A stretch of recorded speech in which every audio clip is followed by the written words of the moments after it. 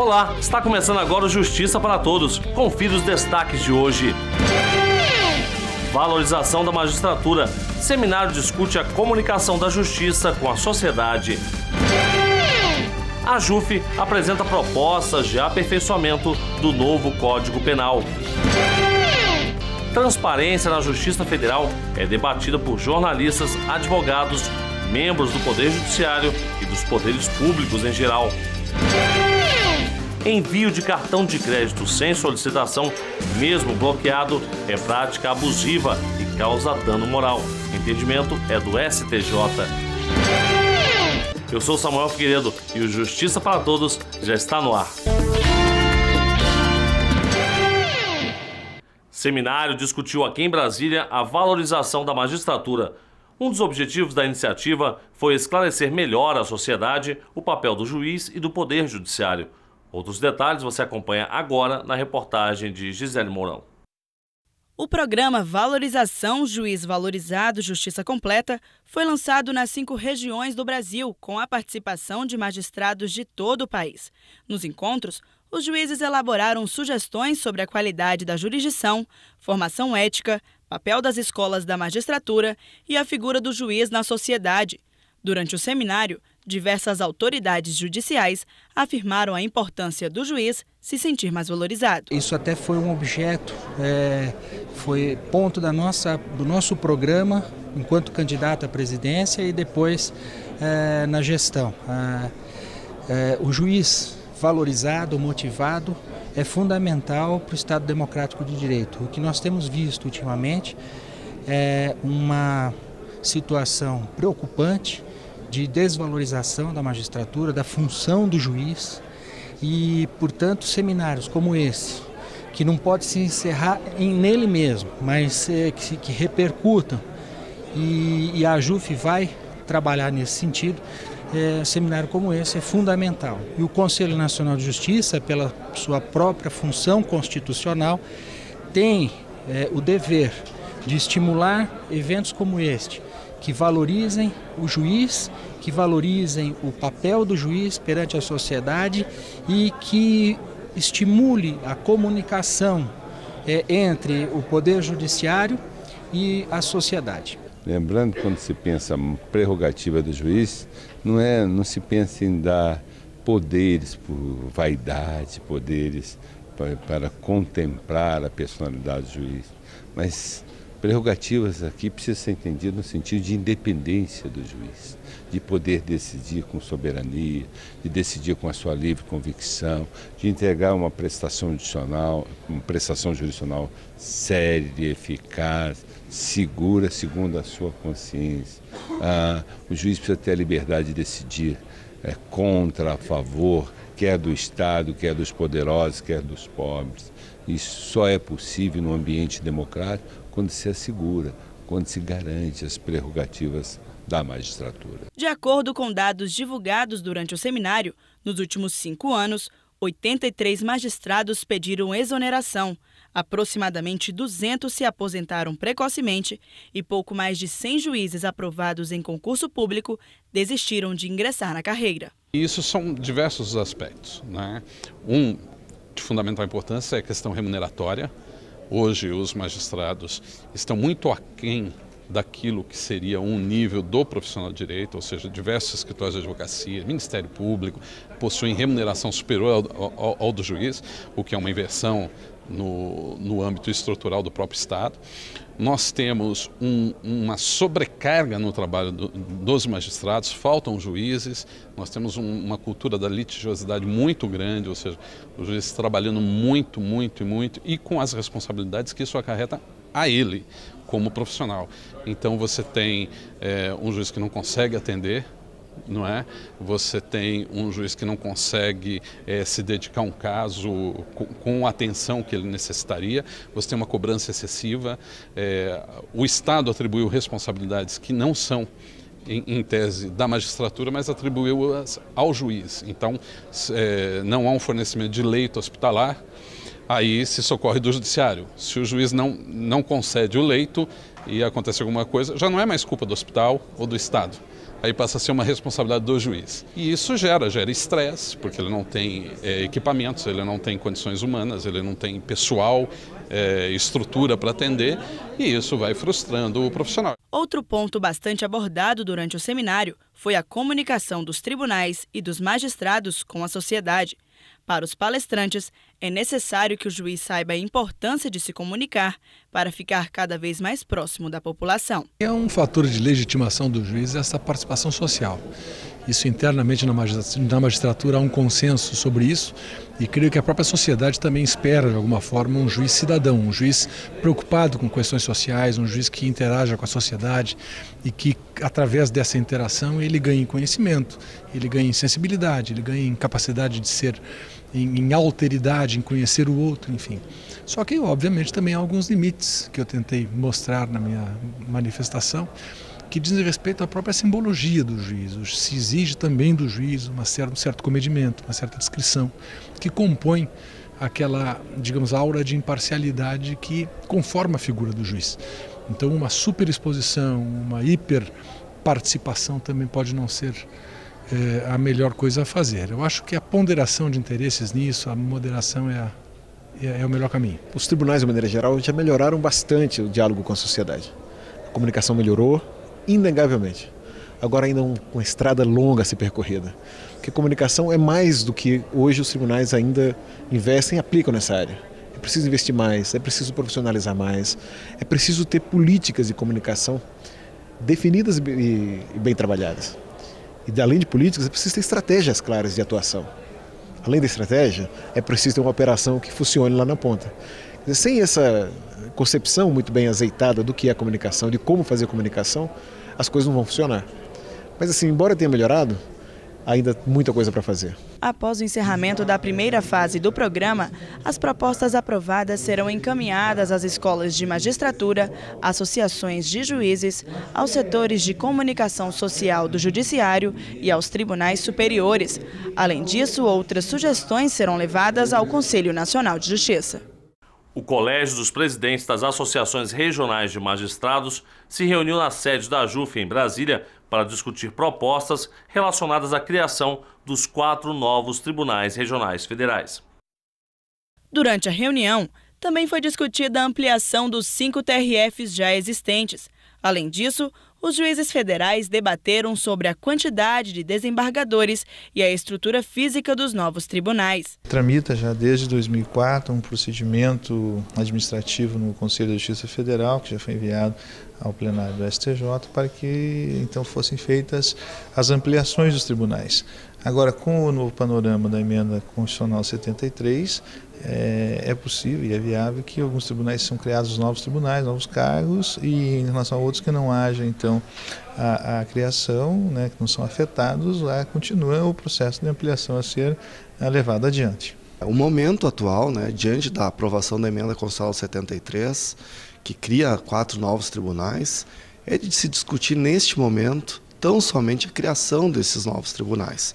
Por que eu digo isso? Após a criação desses tribunais, após a instalação, nós teremos uma visão mais clara do novo quadro que se apresentará. Daí sim, eu acho que a ampliação dos tribunais existentes hoje poderá ser um tema recorrente novamente. Para o vice-presidente da AJUF na primeira região, Ivanir Ireno Júnior, essa reunião é de grande importância para se chegar a uma definição relacionada à emenda constitucional 73. A gente convidou os presidentes das regionais para que a gente pudesse avaliar os impactos, né, da emenda constitucional 73 no 2º grau da Justiça Federal e reafirmou uma posição histórica da AJUF de que, mesmo com a antiga PEC 544, hoje emenda constitucional 73 e a criação dos novos 4 tribunais, a gente vai precisar de uma ampliação para atender melhor a população, para enfrentar a demanda processual, uma ampliação dos tribunais que não são atingidos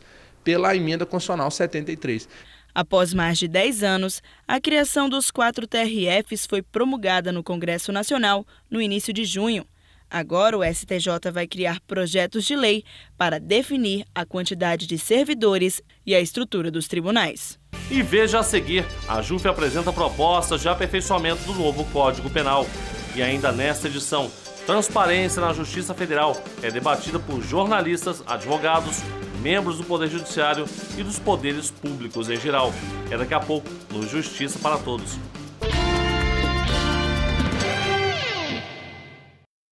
O cartão Minha Casa Melhor é para quem já tem o Minha Casa Minha Vida do governo federal, poder comprar o que ficou faltando de móvel, eletrodoméstico e pagar menos. Ficou faltando o quê? Uma máquina de lavar. Tipo essa. Isso. R$850. Sabe quanto você ia pagar por aí? Quanto? R$41 em 48 vezes. Com o cartão Minha Casa Melhor, você vai pagar R$20 por mês. É menos que a metade. Casa nova, que delícia! O que é melhor? Ralação e barriga no tanque, meu amor. Nunca mais.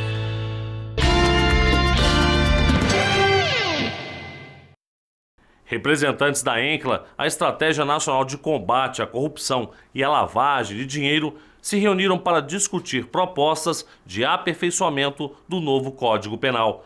No encontro, a AJUF, que também integra o grupo, apresentou sugestões sobre negociação de pena entre réu e o Ministério Público.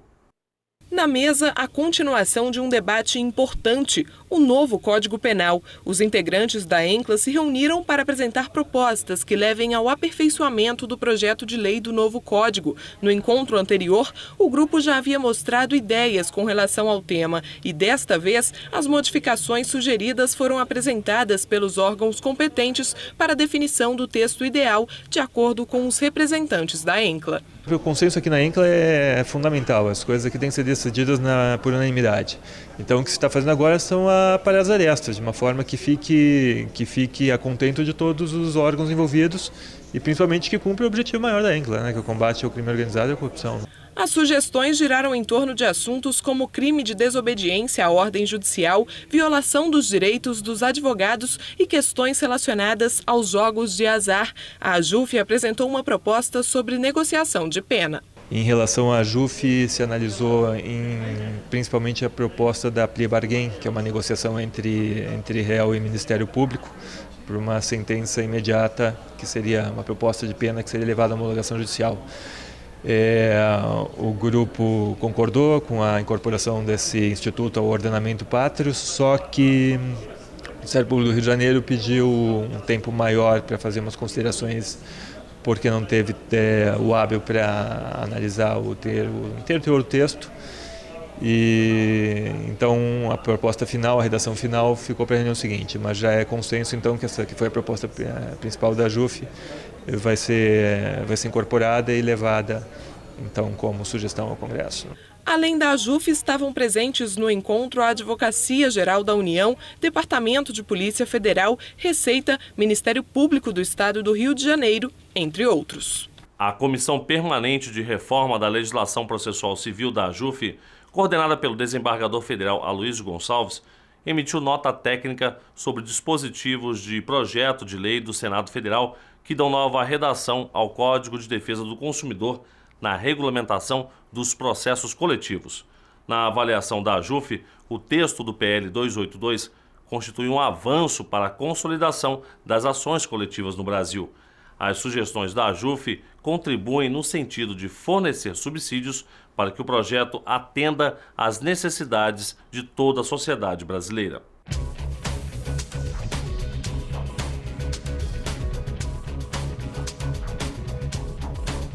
O Tribunal Superior Eleitoral abriu a exposição Voto no Brasil, uma história de exclusões e inclusões.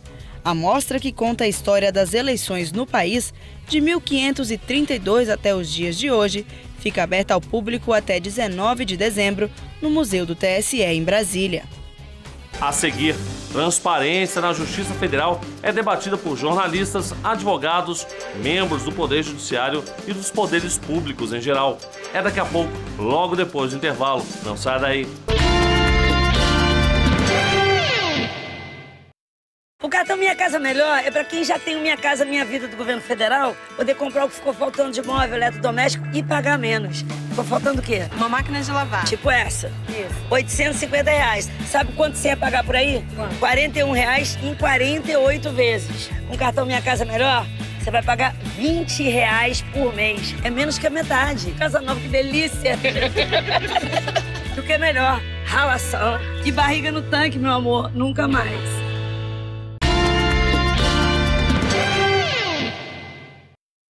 Foi realizado em Brasília o seminário Transparência na Justiça Federal, Alcance e Limites.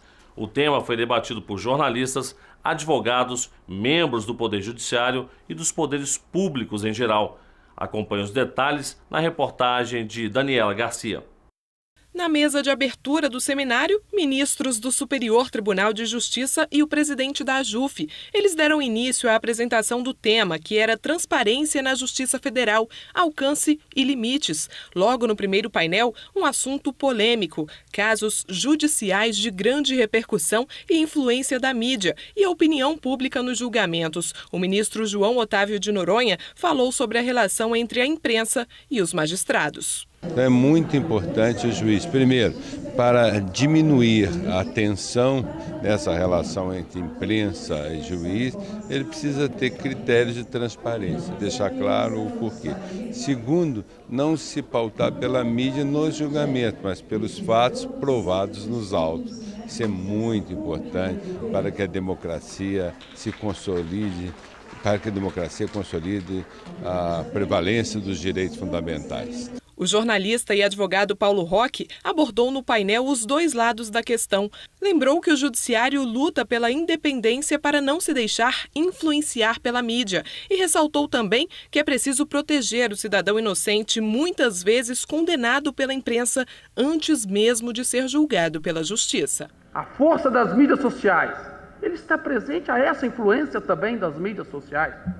Ele está presente a influência que seu filho traz da escola, seu pai, do seu irmão. Então, por quê? Ele é um homem em contexto da sua realidade social.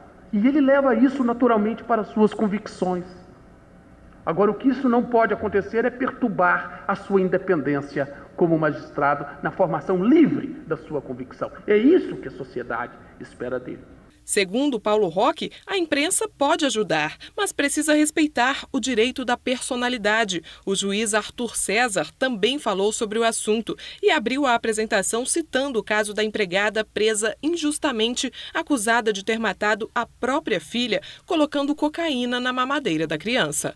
Da maneira como ele coloca a notícia, da maneira como ele estabelece a forma como ocorreu o fato criminoso, ou como ele faz o etiquetamento desse fenômeno criminológico, pode efetivamente causar muito mal no âmbito do julgamento que deveria ser independente de qualquer influência, né, no âmbito do Poder Judiciário. Outros painelistas puderam expor diferentes pontos de vista e falaram também sobre a Lei de Acesso à Informação e Transparência. Para o presidente da AJUF, este seminário foi extremamente importante para promover a reflexão. A transparência é um tema atualíssimo, né? E é quase uma necessidade hoje da sociedade brasileira, que não aceita mais decisões fechadas, posturas obscuras por parte de quem administre a coisa pública.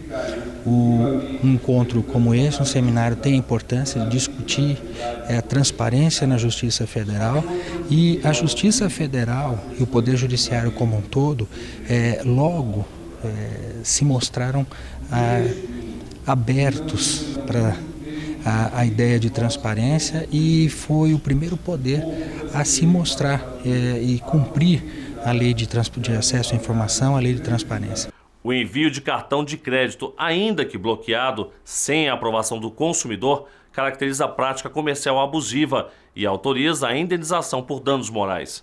O entendimento é do Superior Tribunal de Justiça.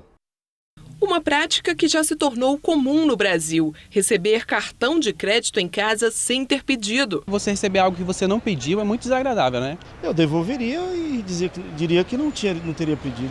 Obviamente eu ia ligar lá reclamando, né? Dado que foi algo que eu não pedi. Uma surpresa muito desagradável. Porque às vezes você abre uma conta em um banco, né, e ele te oferece 1.001 coisa, fora as surpresas que acontecem, né, sem você menos esperar.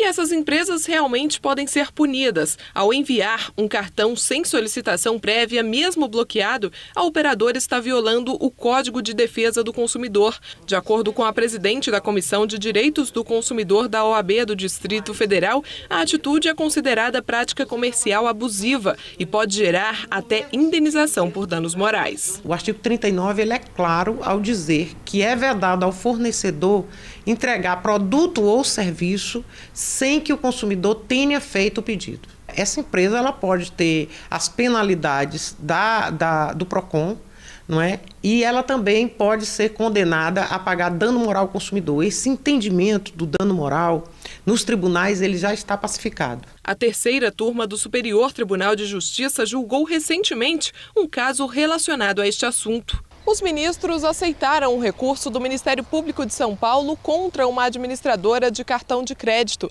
O banco foi condenado e não poderá mais enviar cartões sem que a pessoa tenha pedido. Terá ainda que indenizar os consumidores por danos morais e eventuais prejuízos materiais. De acordo com a Ordem dos Advogados do Brasil do Distrito Federal, os consumidores precisam ficar atentos e reclamar sempre. O consumidor leva essa reclamação ao PROCON, o PROCON instaura o processo e, ao final, multa essas empresas. Você pode também assistir o Justiça para Todos na página da JUF na internet ou no canal da associação no YouTube. O endereço é www.youtube.com/tvajuf. E o Justiça para Todos de hoje termina aqui. Obrigado pela sua companhia e até o nosso próximo encontro.